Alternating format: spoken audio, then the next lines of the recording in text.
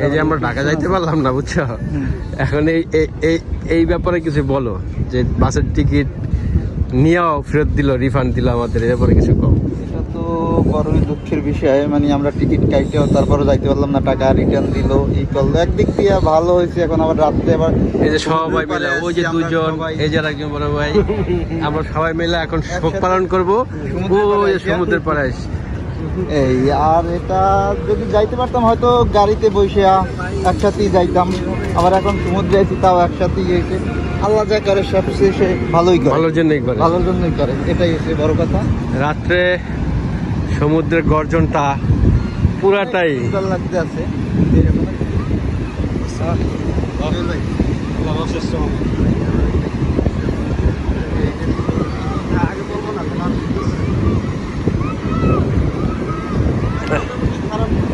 আমরা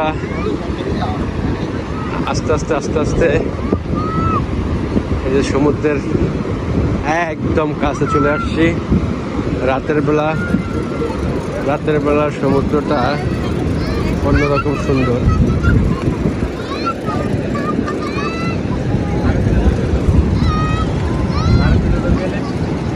আপনার ফিলিংস কি মনির ভাই? ভাই অসাধারণ ভাই, এটা আসলে মুখে বলার মতো কিছু নাই, মানে এত ভালো লাগতেছে। নদীর পারে আইসা, নদী কি এটা? সাগর। ম্যান ইজ মর্টাল, মানে এইখানে খুব সহজ ভাবে সে শুদ্ধ করে বললো ম্যান ইজ মর্টাল, মানুষ মাত্রই ভুল, তার মানে এইখানে আরো ভুল। অনেক সুন্দর লাগছে, পরিবেশটা অনেক ভালো।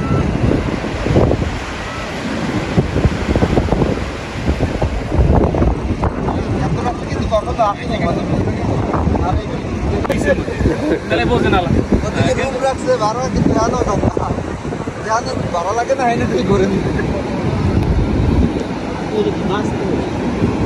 কোনটা ডলফিন হইতে পারে, পানির ইয়াটি। ভাইয়া আসসালামু আলাইকুম। ওয়ালাইকুম আসসালাম। আপনার অনুভূতি সম্পর্কে আমরা কিছু, আমার এই যে কক্সবাজার আসলেন আর কি, এখন জীবনটা হচ্ছে বেদনা। আচ্ছা আচ্ছা।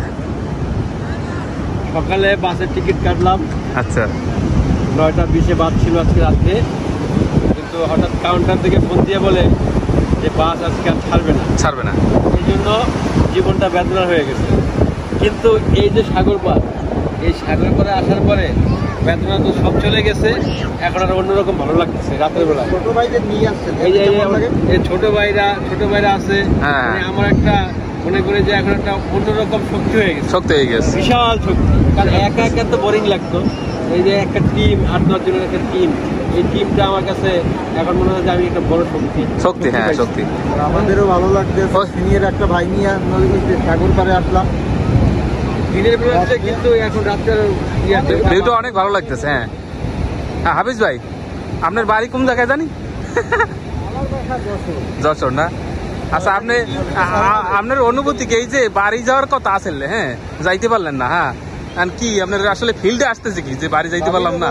ভাত রান্না করতে বেশি আসতেছি তো ওইরকম কিছু না, এখন একটা চাকরি করি, সেখানে কোনো সুবিধা থাকতে, সুবিধা অসুবিধা থাকবে, সব নিয়ে চলতে হবে। এখন যাইতে পারি না, এখানে মন খারাপ করলে চলবে না। আচ্ছা, এখানে সবাই মিলে আছি, এটাই এখন ভালো। এখন বর্তমানে এই যে দেশের যে পরিস্থিতি, হালচাল, এই সম্পর্কে আপনি কিছু কইতে চান কিনা? মানে আসলে আপনার কোটা নিয়ে কিছু বলতে চান না? কোটা না, এখন পরিস্থিতি আসলে আমাদের মতো মানুষ না বলার মানুষ বললে সমস্যা। এই বিষয়ে আসলে এটা সরকার বুঝবে, যারা আন্দোলন করছে তারা বুঝবে। আমরা হচ্ছি নিরীহ মানুষ, আমরা খেটে খাওয়া মানুষ, আমরা ওইভাবেই থাকতে চাই। আমরা কোনো দলাদলিতে নাই, কোনো রাজনীতিতে নাই। আমাদের ভালো লাগে সমুদ্র দেখতে।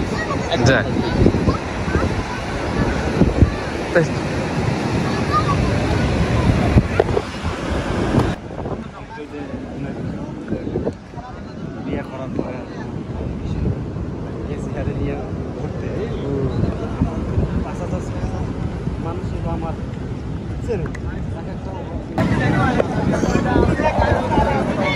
দেখেন মনি ভাই কি অবস্থা, থেকে অনেক মানুষ, অনেক মানুষ আছে, অনেক মানুষ।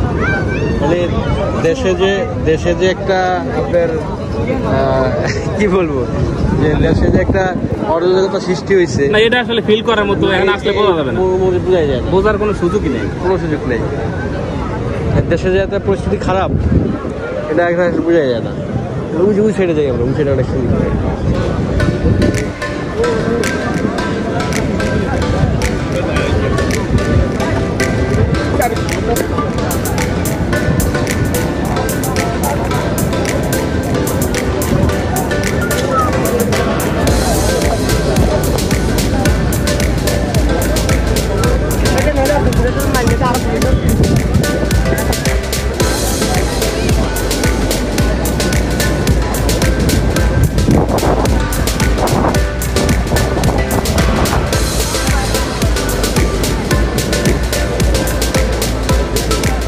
কই বলে ভাই,